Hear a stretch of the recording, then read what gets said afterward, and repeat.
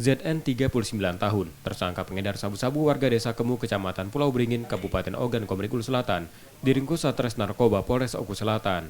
Tersangka dibekuk di rumahnya. Polisi yang melakukan penggeledahan menemukan 23 paket sabu dengan berat total 12,7 gram, timbangan digital dan handphone.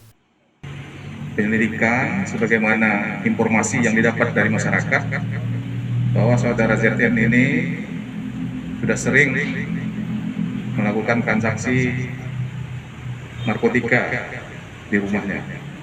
Maka dari itu, tim dari Satreskrim Narkoba Polres Oku Selatan melakukan penyelidikan.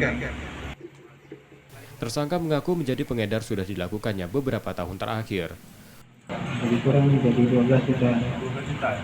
Selama ini kita guna pakai apa sih? Untuk gunaan kehidupan sehari-hari. Hari sehari-hari apa? Petani, Petani. Petani apa? kopi. Kopi. Apalagi ini? Apa jadi racun ke bandar ini? Untuk proses hukumnya, tersangka ditahan di tahanan Polres Oku Selatan dan terancam hukuman maksimal 20 tahun penjara. Setia Budi, Kompas TV, Ogan Komering Ulu Selatan, Sumatera Selatan.